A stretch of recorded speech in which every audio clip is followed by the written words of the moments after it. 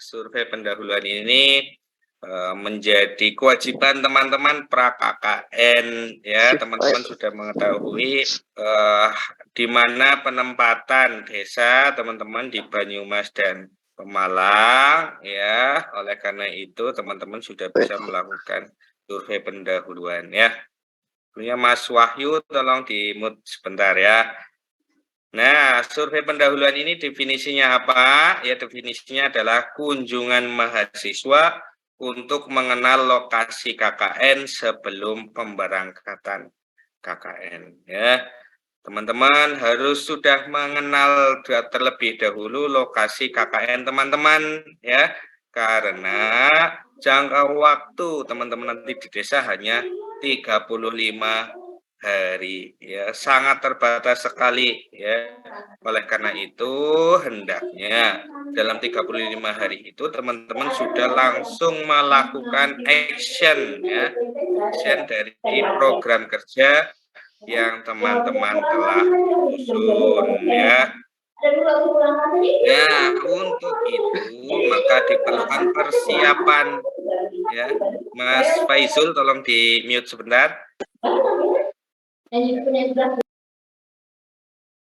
Nah, persiapan ya, harus persiapan data-data terkait dengan lokasi KKN, tempat tinggal nantinya KKN, teman-teman di lokasi KKN ya harus sudah ada ya. Mau tidak mau ya teman-teman harus melakukan kunjungan ya atau survei pendahuluan. Nah, tujuan dari survei pendahuluan ini ya, yang pertama adalah mengenal kondisi desa secara umum ya.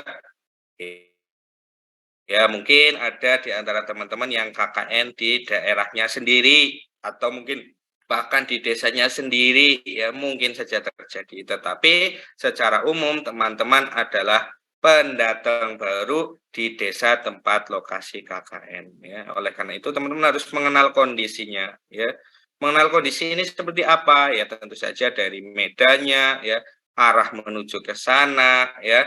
Kemudian siapa saja tokoh yang ada di sana, siapa kepala desanya, siapa pemerintah desanya ya, dan beberapa kondisi lain yang sekiranya perlu untuk diketahui ya untuk mendukung program kerja KKN teman-teman ya.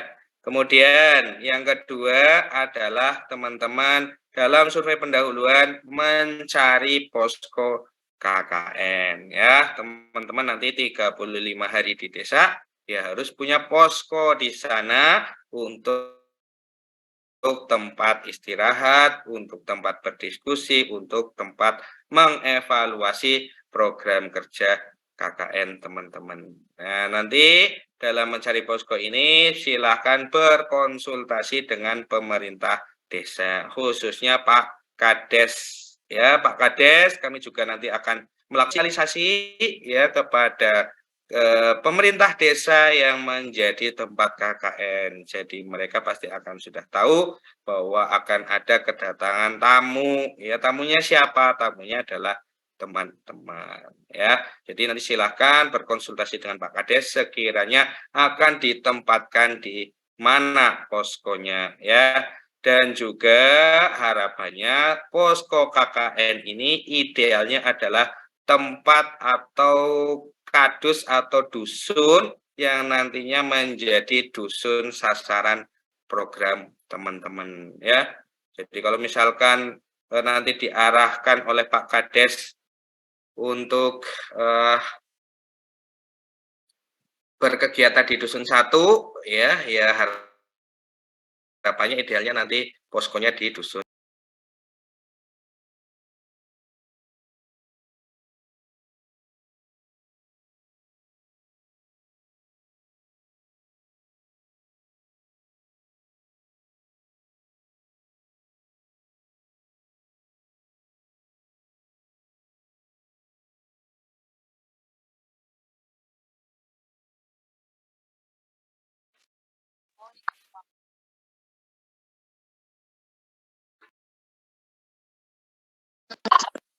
Ya, kita lanjutkan. Maaf. Nah, posko ini sekali lagi silakan berkonsultasi dengan Pak Kades ya. Eh, Harapan kami ya nanti sih sebenarnya Pak Kades akan memberikan tempat ya yang ideal buat teman-teman. Tulisannya cair yang di sanes.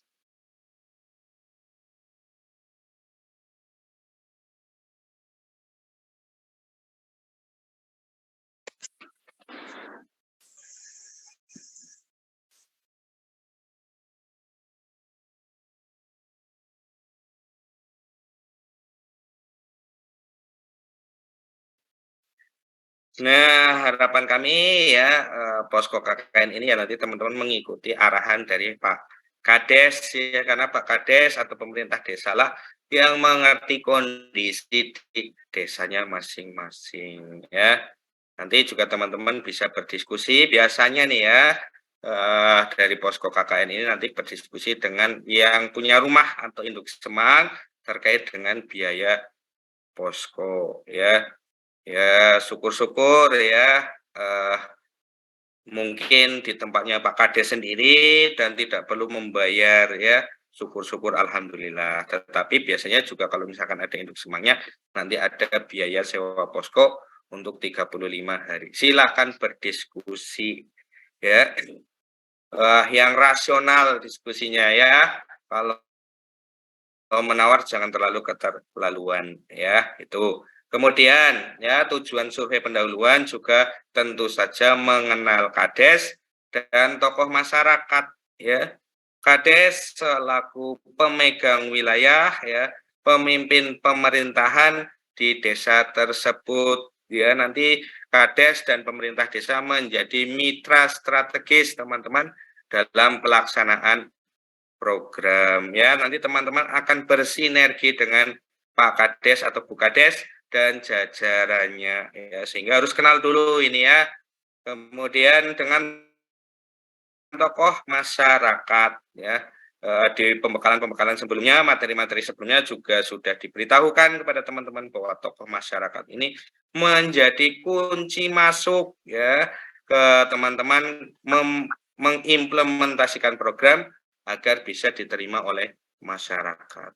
Nah, jadi pada saat survei pendahuluan bukan hanya nanti mencari Pak Kades dan pemerintah desa, tapi tanyakan sekalian ya, kira-kira tokoh masyarakat yang berpengaruh di situ siapa, yang sekiranya bisa diajak untuk menjadi mitra strategis siapa, gitu ya. Silakan berkonsultasi dengan Pak Kades atau Bu Kades ya, atau dengan pemerintah desa ya. Kemudian tujuan survei selanjutnya adalah mencari kontak person ya.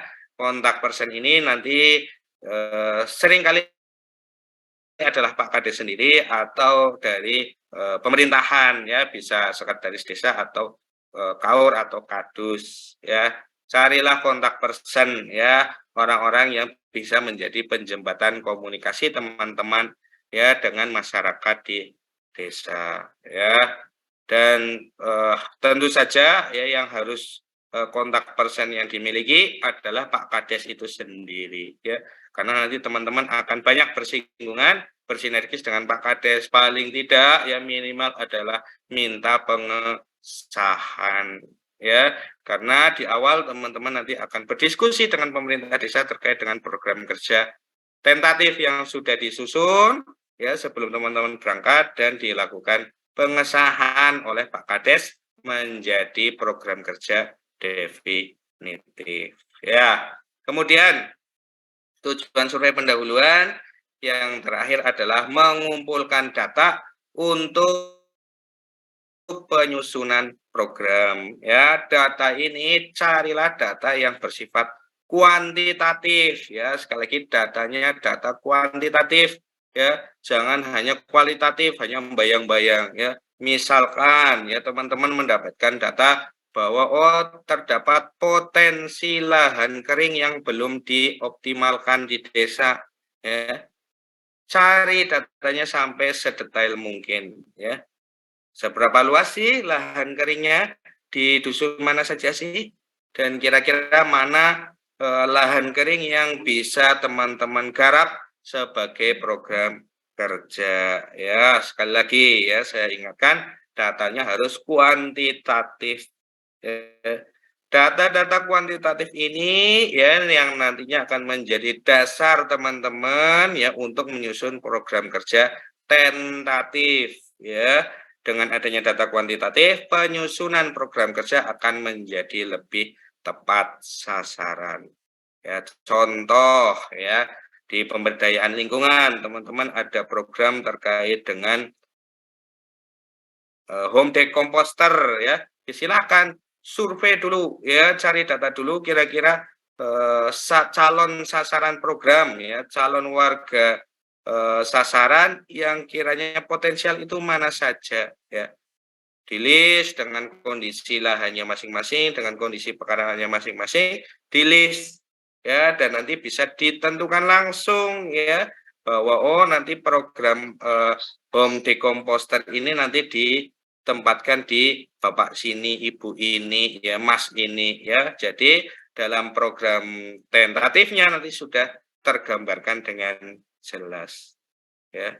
Semakin detail program kerja tentatif, nanti akan semakin besar kemungkinan untuk diterima oleh masyarakat menjadi program kerja definitif, ya, dan akan mempermudah langkah kerja teman-teman selama 35 hari. Ya, sekali lagi ingat, ya teman-teman di desa hanya 35 hari. Kalau datang belum membawa program, programnya belum jelas, ya, belum tahu apa yang harus dilakukan, ya nanti waktunya habis untuk menyusun program, untuk menentukan sasaran program. Ya, disinilah pentingnya survei pendahuluan. Data kuantitatif. Nanti ya Bapak Ibu DPL teman-teman nanti akan mengecek ya seberapa baikkah data yang telah dikumpulkan oleh teman-teman dalam survei pendahuluan. Ya, seperti itu. Itu tujuan survei pendahuluan.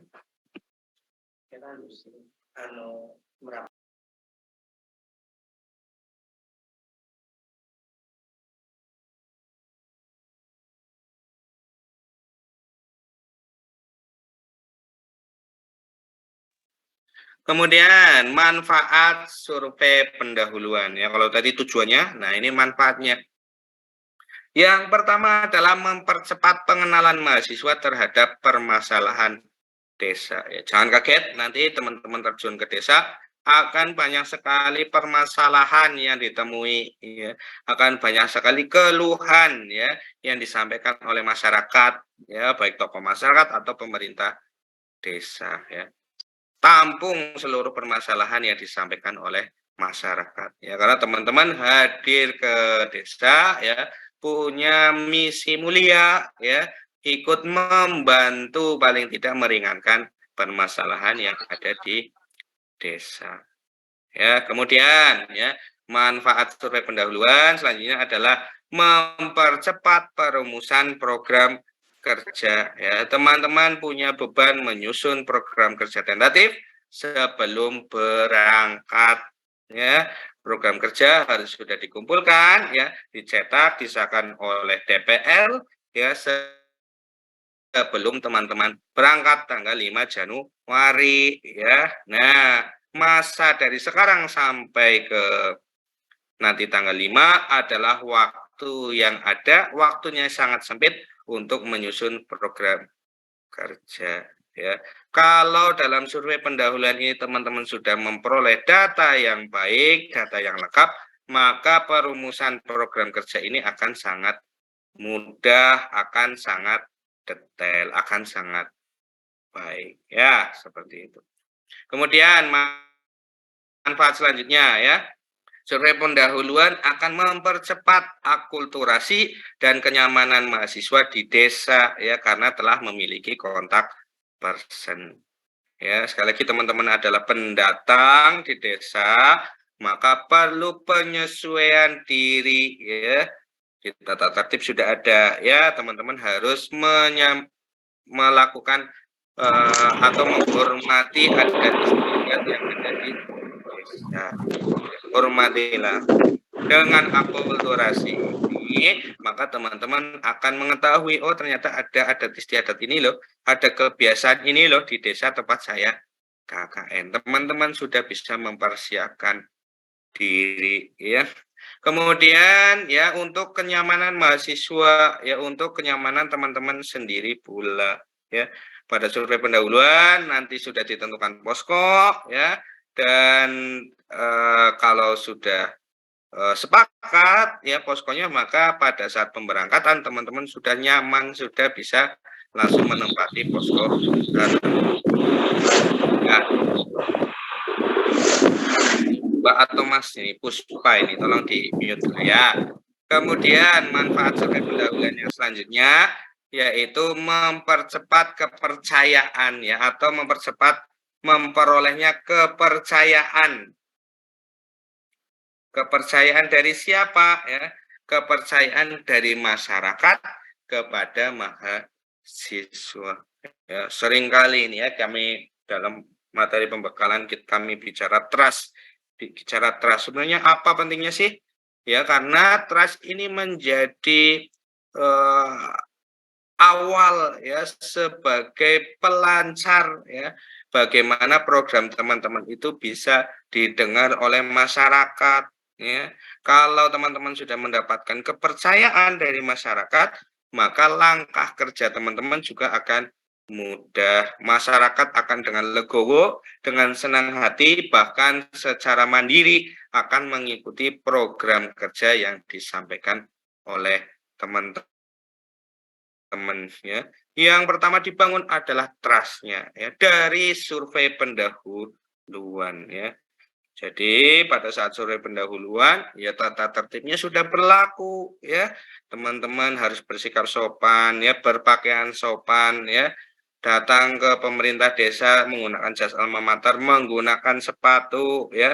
Kalau bisa ya pakai bajunya yang rapi ya. Jangan pakai kaos oblong ya. Karena itu akan menjadi penilaian pertama ya teman-teman, bahwa wah ternyata mahasiswa Unsud, mahasiswa KKN Unsud itu sopan-sopan loh ya. Sopan ini, sikap sopan ini, sikap menghormati ini menunjukkan keseriusan dari teman-teman dalam melaksanakan program KKN nantinya ya. Kalau sudah mendapatkan trust, insya Allah nanti berjalannya KKN teman-teman akan mudah ya, amin. Kemudian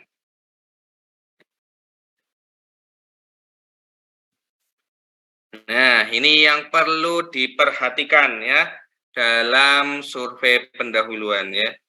Teman-teman ya melakukan survei minimal 2 kali ya. Jadi teman-teman paling tidak 2 kali ke desa sebelum KKN dimulai tanggal 5 Januari. Kalau lebih bagaimana? Lebih juga baik ya. Hanya saja perlu dipertimbangkan keefektifannya ya. Jadi kita dalam melakukan kerja harus efektif ya. Sekali survei, tentukan target data yang harus ditemukan oleh teman-teman ya. Tentukan target sampai mana sih data yang akan saya peroleh ya. Dengan menentukan target, teman-teman akan bisa mengukur kinerja survei pendahuluan teman-teman ya.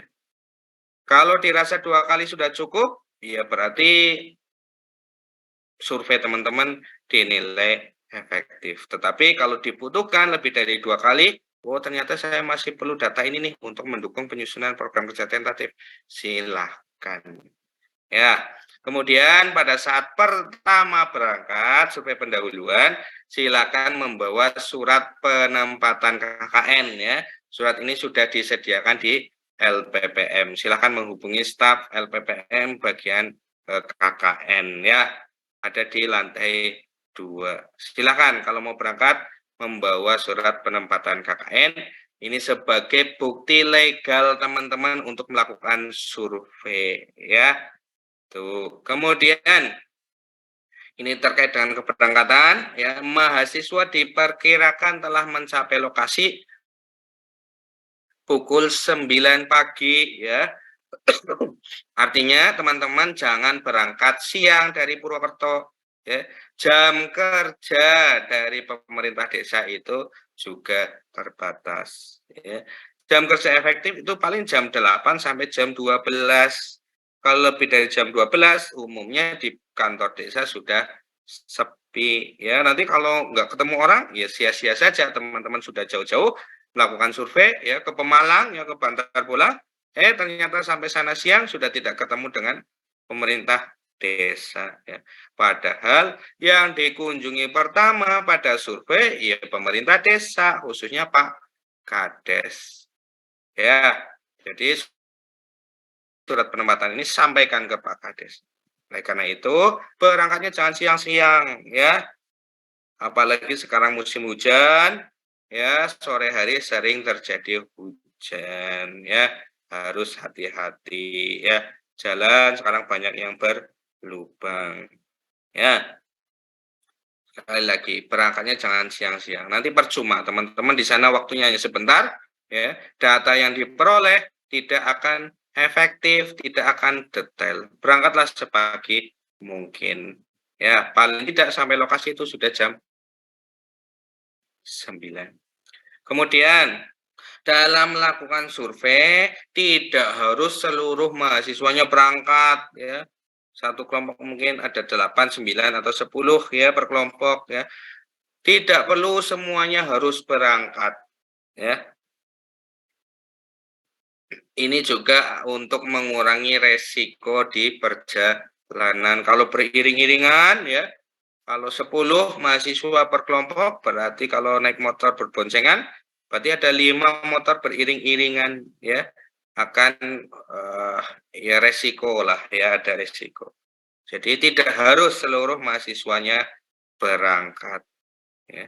Strateginya silakan dibuat kelompok kecil, ya, di mana anggotanya tiap kelompok kecil ini antara 2 sampai 3 mahasiswa dan setiap kelompok kecil ini dibebankan tugas untuk mencari data tertentu. Misal, ya, ada yang mengunjungi balai desa, ya, kemudian berkomunikasi dengan pemerintah desa, kulo nuwun dengan Pak Kades. Kemudian setelah dari balai desa, kemudian ada yang pergi ke posko, mengunjungi calon posko yang diarahkan oleh pemerintah desa, ya. Tidak semuanya harus ke sana, ya. Kemudian mungkin ada juga kelompok yang mengunjungi UMKM dan BUMDes, ya, karena pengembangan ekonomi, ya, bidang pengembangan ekonomi ada terkait dengan UMKM dan BUMDes, ya. Silakan diinventarisir, ya, UMKM dan BUMDesnya, ya.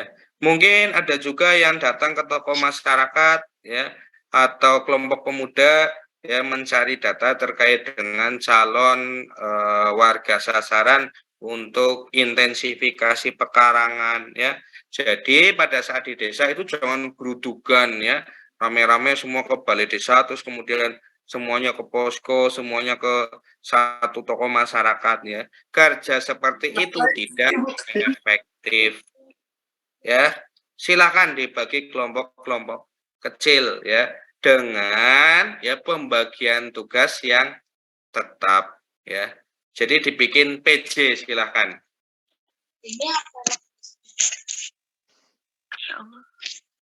Dibikin PJ, ya.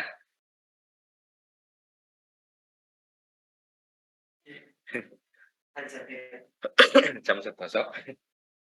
Dan setiap kelompok ini tugasnya ya tetap, ya. Dalam artian kelompoknya itu mungkin bisa dalam satu kelompok ada mendapat 2 atau 3 tugas. Tapi ya yang tanggung jawab adalah kelompok itu. Ya jangan saling bertukar tugas, ya. Nanti pengumpulan datanya menjadi akan lebih tertib, ya.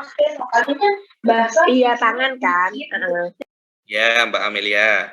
Kemudian, ya, pada saat survei ini, ya, gunakanlah jas alma mater, ya, dan berpakaian sopan, ya. Jangan pakai kaos oblong lah, ya. Pakai sepatu, ya. Tunjukkan mahasiswa unsur, mahasiswa KKN itu sopan-sopan, ya. jas alma mater ya sebagai penanda bahwa teman-teman adalah peserta KKN dari Unsud ya, untuk mengurangi resiko adanya orang-orang yang tidak bertanggung jawab mengatasnamakan KKN Unsud. Kemudian ya ini kami sampaikan juga alur kunjungannya ya. Alur kunjungan survei pendahuluan. Pada kunjungan pertama, silakan langsung menuju ke balai desa. Sekali lagi, jam operasional balai desa efektif mungkin dari jam 8 sampai jam 12. Ya. Jadi sebelum itu harus sudah di balai desa. Paling siang jam 9 ya. Teman-teman bisa mengukur ya, oh berarti saya harus berangkat dari Purwokerto jam berapa sih biar sampai desa paling tidak paling siang jam 9 ya. Kemudian serahkan surat penempatan KKN yang teman-teman bawa kepada pemerintah desa, khususnya Pak Kades ya. Di sini yang disampaikan pertama adalah teman-teman kula nuwun mohon izin ya sekaligus mengenalkan diri siapa saja mahasiswa yang ber-KKN di desa tersebut ya. Kenalan dulu dengan Pak Kadesnya. Jangan lupa minta nomor HP-nya Pak Kades ya untuk mempermudah komunikasi. Kemudian ya di balai desa silakan juga teman-teman menanyakan terkait dengan data UMKM dan BUMDes ya, ada apa saja UMKM-nya di situ, BUMDes-nya bagaimana, apakah aktif atau tidak BUMDes-nya, kalau sudah aktif apa usahanya ya, mungkin kalau bisa diketahui berapa omsetnya ya, silakan cari data sedetail mungkin ya, ini juga sebagai data awalan teman-teman untuk melakukan program bidang ekonomi ya, ekonomi 40% loh ya beban kerjanya ya. Kemudian di balai desa kepada pemerintah desa, teman-teman juga mencari data potensi desa ya, bisa terkait dengan luas wilayah, penggunaan lahan ya, mungkin ada potensi wisata ya, kemudian demografi desa, jumlah penduduk ya, proporsi laki-laki dan perempuan ya, tingkat pendidikan ya, batas-batas desa ya, silakan tanyakan ke pemerintah desa ya. Biasanya juga desa punya data dalam bentuk hard file ya. Nah, dalam tata tertib juga sudah disampaikan kalau ingin mengambil data dari hard file yang ada di desa, jangan dipinjam itu hard file kemudian difotokopi ya. Lebih baik langsung difoto atau di-scan saja ya. Kenapa kami ingatkan seperti ini? Karena ya seringkali ya setelah KKN berakhir, pemerintah desa itu menagih ya kepada kami, Pak, kemarin ada mahasiswa Bapak yang meminjam data desa loh Pak, tapi belum dikembalikan ya. Oleh karena itu jangan dibawa pergi dari balai desa ya, silakan difoto atau di-scan langsung pakai HP ya. Sekarang sudah zamannya pakai HP ya, smartphone ya, akan lebih mudah dan teman-teman tidak punya beban untuk harus mengembalikan hard file tersebut. Tuh ya, data potensi desa juga ditanyakan. Kemudian di balai desa silakan berkonsultasi terkait dengan posko ya, posko desa, posko KKN teman-teman nanti akan beristirahat, akan tinggal selama 35 hari ya. Biasanya Pak Kades sudah punya bayangan ya, oh sekiranya akan ditempatkan ke warga mana. Ya. Kemudian setelah dari balai desa ya, silakan mengunjungi posko yang diarahkan oleh pemerintah desa ya. Kalau ada induk semangnya silakan berdiskusi ya terkait dengan biaya hidup ya. Ini termasuk di dalamnya ada biaya listrik, biaya makan ataupun biaya pondokan ya. Kami dari Pusbang KKN menghitung ya untuk biaya makan ya, normalnya ya atau rasionalnya itu paling tidak dengan biaya 30.000 per hari per mahasiswa ya. 30.000 kami menilai itu sudah sangat layak ya, tidak terlalu murah dan tidak terlalu mahal. Kalau terlalu mahal ya nanti bisa menjadi beban tambahan buat teman-teman ya, kami juga tidak berharap seperti itu. Kalau terlalu murah ya akan menjadi beban pemerintah desa atau induk semang ya. Ada ya beberapa kasus ya mahasiswanya itu ya itu mengenyang atau apa ya, menawar biaya makan yang sangat rendah ya. Seringkali induk semang ya atau yang punya posko atau pemerintah desa itu susah untuk menolak ya. Tapi akhirnya ya pemerintah desa harus mengeluarkan biaya tambahan ya, padahal ya tidak ada kosnya ya, dari dana desa pun nggak ada ya. Maka diskusikan sebaik mungkin ya dengan induk semang atau yang punya posko ya. Ya, standar kami adalah 30.000 per hari per mahasiswa ya. Di sisi lain silakan berdiskusi juga terkait dengan biaya pondokan ya. Berapa sih menyewa posko itu untuk 35 hari? Ya, apakah di dalamnya sudah termasuk biaya listrik, biaya air? Silahkan didiskusikan ya, karena ini sangat bermacam-macam sekali ya. Kasusnya banyak bermacam-macam sekali ya. Ada yang sudah include, ada yang belum gitu ya dari biaya pondok. Kalau sudah dari balai desa kemudian sudah mengunjungi posko ya. Kalau bisa sih sudah ditentukan saja sekalian, oke, di posko tersebut nanti teman-teman akan tinggal selama 35 hari. Setelah itu baru ya dibagi per kelompok kecil tadi ya, untuk mengunjungi masing-masing kelompok sasaran untuk mencari data masing-masing tugas per kelompoknya ya. Silakan Kormades Sekretaris ya untuk bisa mengkoordinir anggotanya. Di sini peran Kormades dan Sekretaris akan sangat vital. Oleh karena itu nanti setelah pembekalan ini Kormades dan Sekretaris diharapkan hadir di LPPM untuk melakukan pembekalan khusus Kormades dan Sekretaris. Ya, ini alur kunjungannya ya. Jadi pertama langsung ke balai desa dulu ya, cari Pak Kadesnya ya. Jangan langsung ke masyarakat, nanti kaget masyarakatnya, nanti kaget kepala desanya ya. Oh ini orang belum, mahasiswa belum kenalan ke balai desa kok sudah ke masyarakat ya. Ini juga untuk menjaga trust ya. Kepala desa merupakan tokoh ya di masyarakat ya, pemimpin pemerintahan di desa ya. Kalau dihormati ya, teman-teman menghormati, maka pemerintah desa juga akan support ya, bukan hanya support secara moral saja ya, tetapi juga akan ikut menyukseskan program yang dibawa oleh teman-teman. Kemudian, nah ini adalah basis kelompok sasaran program untuk masing-masing bidangnya ya. Jadi teman-teman bisa fokus dalam survei pendahuluan ini ya nanti kepada mencari data-data yang saya tampilkan ini ya. Yang pertama adalah bidang ekonomi ya, pendampingan UMKM dan BUMDes. Ya, perlu diingat ya, beban kerjanya adalah 40% ya. Cukup besar ya, ini bidang yang paling besar ya proporsinya ya dalam kegiatan teman-teman.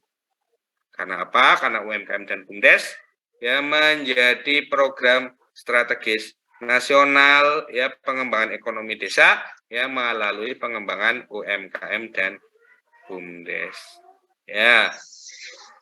Yang pertama ya, basis kelompok sasarannya adalah inventarisasi UMKM yang ada di desa ya. Lagi datanya kuantitatif ya, jangan hanya kualitatif. Inventarisasi UMKM apa saja?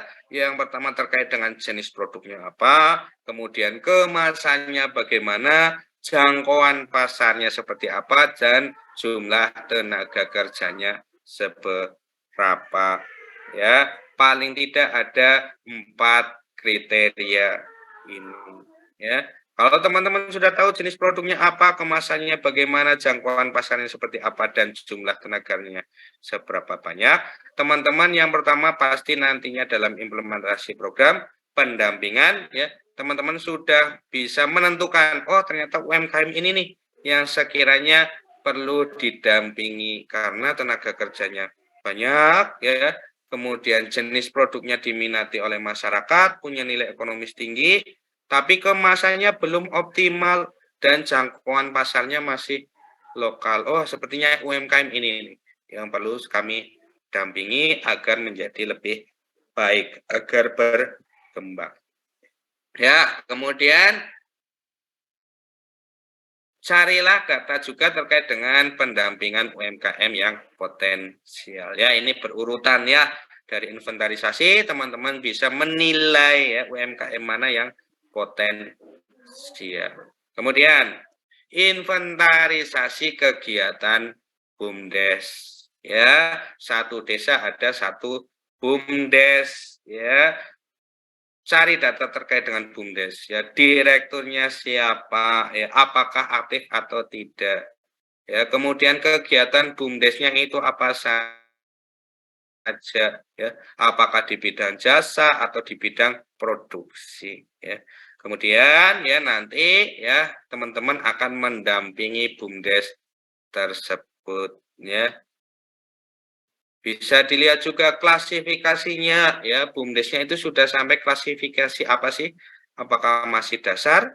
Apakah sudah berkembang? Apakah sudah maju? Ya, dengan mengetahui klasifikasi itu, maka teman-teman bisa menentukan strategi yang paling tepat. Kalau misalkan masih dasar, oh berarti kalau masih dasar mungkin perlu peningkatan kapasitas pengelolaan BUMDes, gitu ya. Nanti detail kegiatannya akan menjadi lebih mudah, ya. Kemudian yang kedua, basis kelompok sasaran programnya adalah pemberdayaan lingkungan ya. Nilainya 25% ya. Silahkan lakukan inventarisasi terkait dengan intensifikasi pekarangan ya, di mana intensifikasi pekarangannya ini nanti teman-teman akan menanam cabai rawit ya. Ini dipastikan satu jenis saja ya. Satu jenis saja, komoditasnya adalah cabai rawit ya, sesuai dengan materi pemberdayaan lingkungan kemarin ya. Ada planter bag dan polybag, langkah-langkahnya juga sudah sangat detail ya. Jadi teman-teman carilah ya kira-kira kelompok sasaran yang tepat ya, itu mana tokoh-tokoh masyarakat atau warga-warga mana saja sih yang pekarangannya sekiranya bisa diintensifkan. Begitu pula dengan home decomposter ya. Kemarin sasaran program dari home decomposter adalah tokoh masyarakat ya.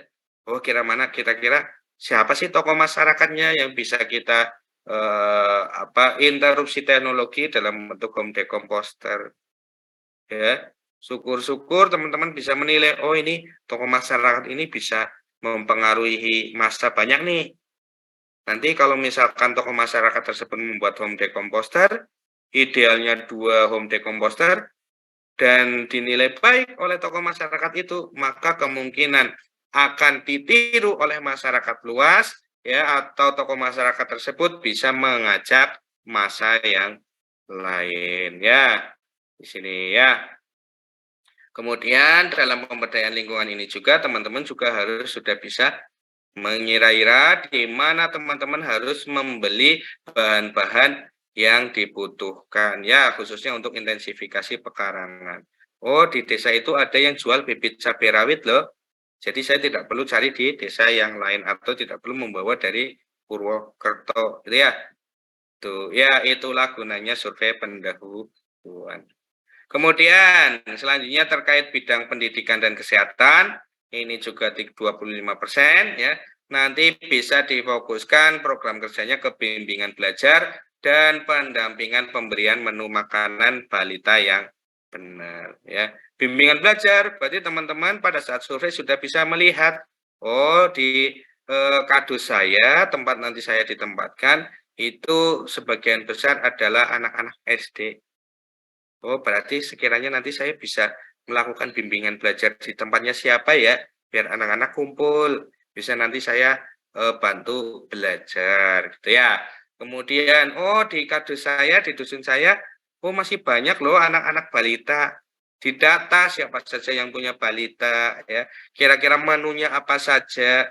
Apakah menunya sudah baik atau belum? Berarti nanti pada saat 35 hari saya akan mendampingi ke ibu ini, ke ibu ini, ke ibu ini. Ya, nanti jadi akan lebih mudah. Dan kelompok sasaran yang terakhir adalah peningkatan pelayanan pemerintah desa. Ya, bobotnya 10%. Nah, ini tentu saja mencari datanya di pemerintah desa. Kebutuhan pemerintah desa yang bisa diakomodir oleh teman-teman itu apa? Misalkan, wah ini web desanya belum pernah diupdate loh. Ya, silakan dibantu update web desa. Ternyata pendataan administrasi desa pun juga belum update. Ya, saya bisa bantu. Ya, silakan dijadikan program kerja untuk peningkatan pelayanan pemerintah desa. Ya, itu 10%. Silakan diskusi dengan pemerintah desa sekiranya apa yang dikehendaki, apa yang diharapkan pemerintah desa dengan kedatangan teman-teman. Ya. Mungkin kami perlu bantuan untuk setiap harinya ada yang membantu administrasi di balai desa. Ya, silakan diprogramkan. Catatannya kalau bertugas di balai desa ya silakan berpakaian yang rapi ya, sekali lagi ya, jangan pakai kaos oblong ya, jangan pakai celana pendek, jangan pakai sandal jepit ya, pakailah sepatu ya, sekali lagi untuk menjaga trust dari masyarakat. Kemudian ini lebih detail lagi terkait dengan kelompok sasaran. Yang pertama adalah program terkait pendampingan UMKM dan BUMDes. Ya, yang dilakukan adalah inventarisasi UMKM. Ya, berarti halayak sasarannya silakan cari UMKM yang ada di desa. Kemudian program selanjutnya di UMKM dan BUMDes adalah pendampingan UMKM. Ya. Dari inventarisasi ini silakan minimal pilih 2 UMKM potensial yang bisa teman-teman dampingi. Ya, artinya pendampingan ini ya pendampingan intensif. Kalau perlu setiap hari teman-teman berkunjung ke UMKM itu membantu bekerja sama dengan masyarakat terkait dengan pengembangan UMKM potensial tersebut. Misalkan, ternyata perlu pendampingan di pemasaran online. Ya silahkan ya dibantu pemasaran online. Mungkin dibuatkan marketplace gitu ya. Dan idealnya ya setiap 4 mahasiswa itu akan mendampingi 1 UMKM. Ya, itu terkait dengan pendampingan. Kemudian inventarisasi BUMDes ya. Ini mengenal unit usaha yang ada di BUMDes, apa saja unit usahanya ya. Dan kalau sudah diketahui bagaimana kondisinya, apakah sudah berjalan atau belum, bisa dilakukan pendampingan ya. Halayak sasarannya atau sasarannya adalah membantu pengembangan usaha BUMDes ya. Harapannya dengan kedatangan teman-teman paling tidak ada langkah maju dari usaha yang dilakukan BUMDes ya. Kemudian di pemberdayaan lingkungan yang program pertama intensifikasi pekarangan ya, teman-teman mengidentifikasi 10 lahan pekarangan potensial ya, 10 lahan berarti 10 warga sasaran ya, di mana kondisi lahannya cukup luas dan cukup sinar ya, seperti yang disampaikan di materi pemberdayaan lingkungan ya, intensifikasi pekarangan tanaman cabai rawit butuh sinar matahari yang cukup. Ya, identifikasi 10 lahan pekarangan yang potensial, kemudian dilakukan pendampingan terhadap intensifikasi pekarangan tersebut. Langkah-langkahnya sudah disampaikan kemarin ya. Kemudian pengelolaan limbah rumah tangga melalui home decomposter ya. Nah, ini juga sama 10 calon rumah tangga potensial yang bisa ditempatkan sebagai model pengembangan model pengelolaan limbah ya, tempat home decomposternya ya. Ini lebih baik tokoh masyarakat ya sebagai agen perubahan ya, tokoh masyarakat yang nantinya menjadi contoh untuk masyarakat yang lain. Harapannya nanti kalau berhasil pendampingan yang dilakukan teman-teman, seluruh masyarakat memiliki home decomposter.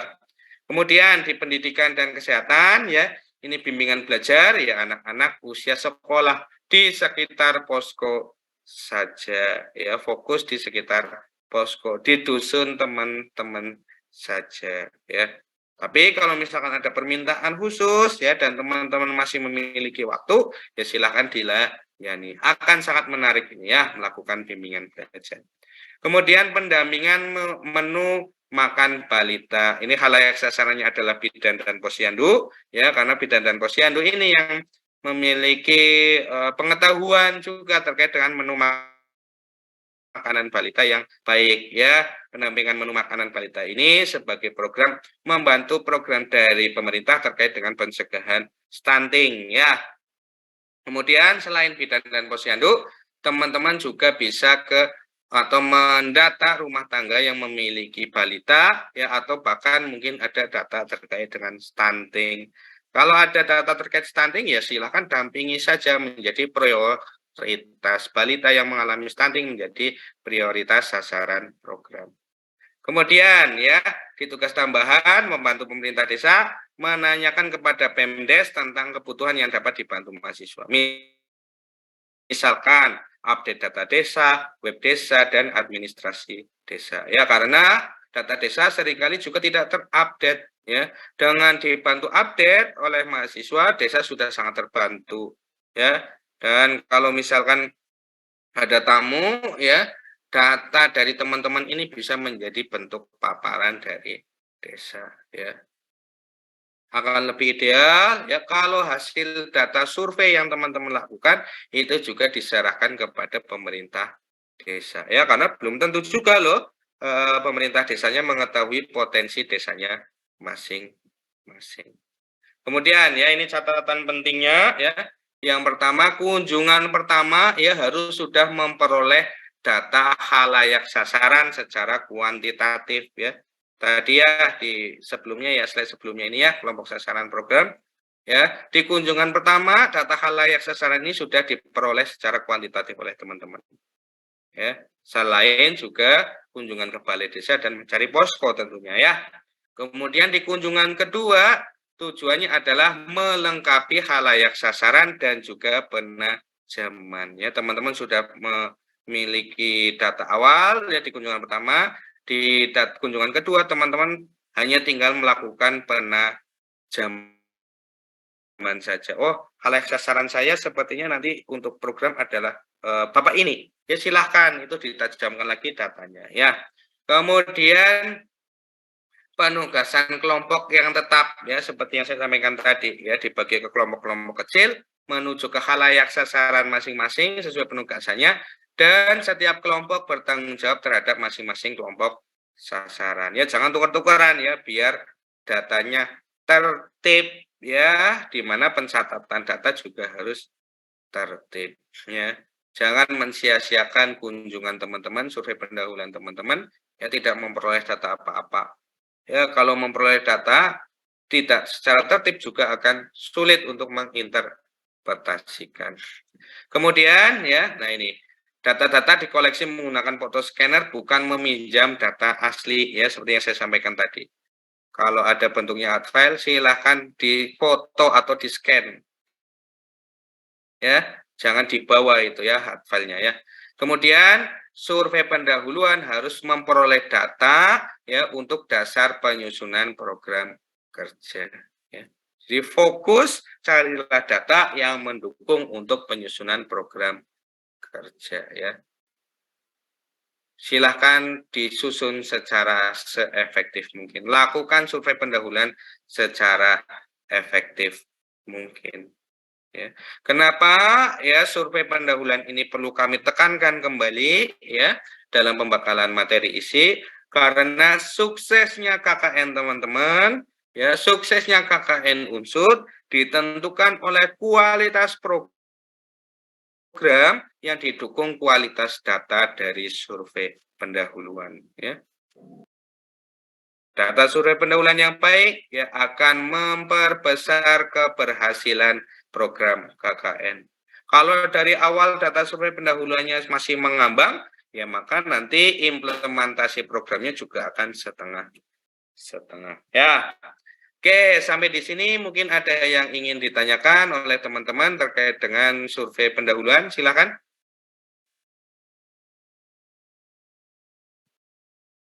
Silakan. Izin bertanya, Pak. Silakan Mas Gilang. Iya, mungkin sebelumnya saya Gilang dari Desa Banjarsari ya, Pak, Ya. Pemalang. Kan mungkin di sini ada struggle ya dari teman-teman di kelompok bahwa Gimana Mas Gilang? ya bahwa kalau misalkan di weekday mungkin agak sulit untuk menyesuaikan gitu ya, Pak. Mungkin juga terkendala jumlah orang yang sangat sedikit karena mungkin masih ada yang UAS dan mungkin ada kegiatan-kegiatan lain. Misalkan memungkinkan nggak sih Pak kayak misalkan nanti datang dulu sekitar 1 atau 2 orang lalu nanti janjian gitu untuk bisa datang di weekend itu bagaimana ya Pak mungkin tanggapannya?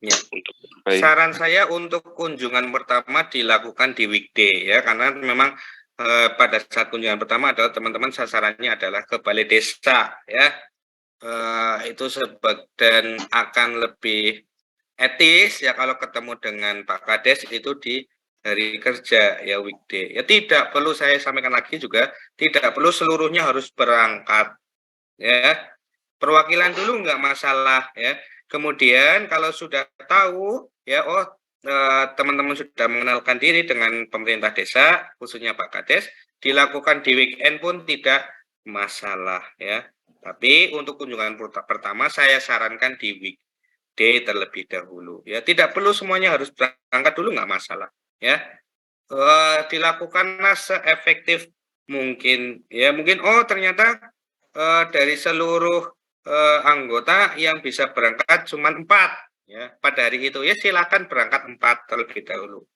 yang perlu dipastikan pertama ke pemerintah desa terlebih dahulu ya untuk kula nuwun ya untuk perkenalan diri sehingga langkah selanjutnya juga teman-teman bisa berkomunikasi janjian Pak nanti kami akan datang lagi mungkin di hari Minggu atau di hari Sabtu silakan dikomunikasikan ya seperti itu Mas Gilang. Oke, terima kasih banyak Bapak. Ya, ada lagi?